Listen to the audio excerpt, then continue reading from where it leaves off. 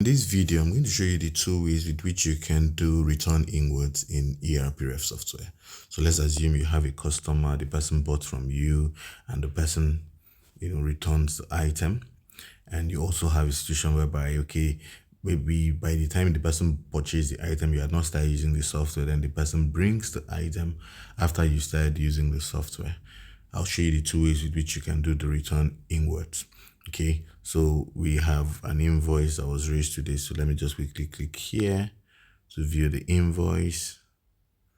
So if you click on the invoice printout, let's use this invoice with ID 1001. I'll click on the print icon. Now, this is the POS layout printout. You can see that it's return inwards here.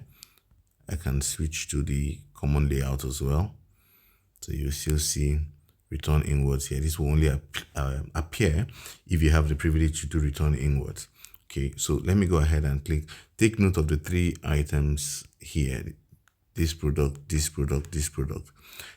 If you do return inwards from the print invoice page, the system is not going to allow you. Let's go to the items in cart. You see, the system is not going to allow you.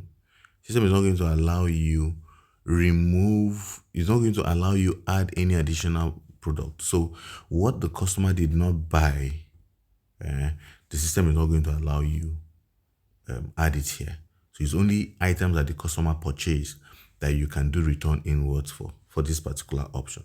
So let's assume the person is only returning the 4 terabyte hard drive and is returning just one.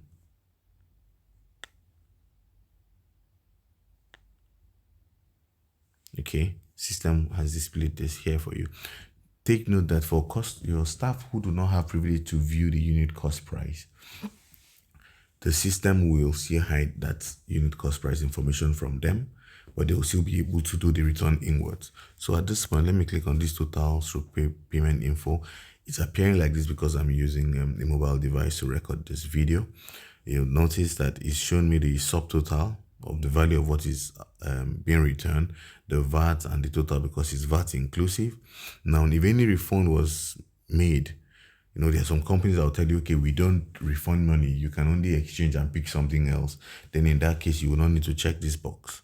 But in a situation whereby you're actually refunding the customer money, you can check this box to specify the mode of payment if you're refunding from cash or you're doing a bank transfer or check.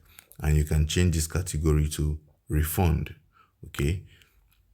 Then once you're done, let's assume it was just a return and there was no cash refund.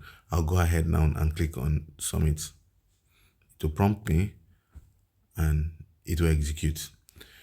But you can still go. This is for customer ID 1. But there are some people that will say, okay, the person did not buy the item when I started using the software, but I still want to do return inwards for that customer.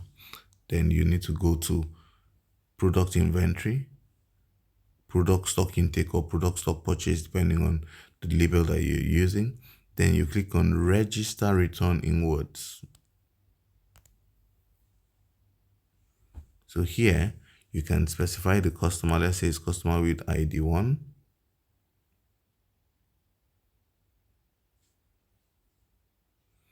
And at this point, you can click on items in cart and select just any item.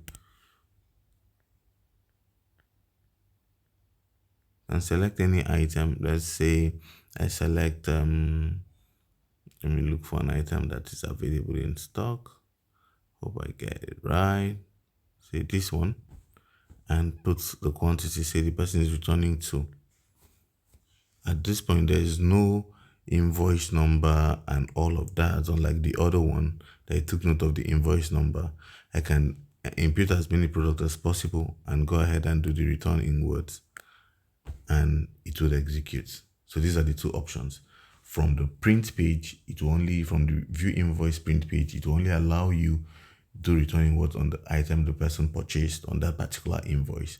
While from this other option, you can do any returning word for any customer. So it depends on which model works best for your business, but the system is flexible enough to allow you choose any of the options.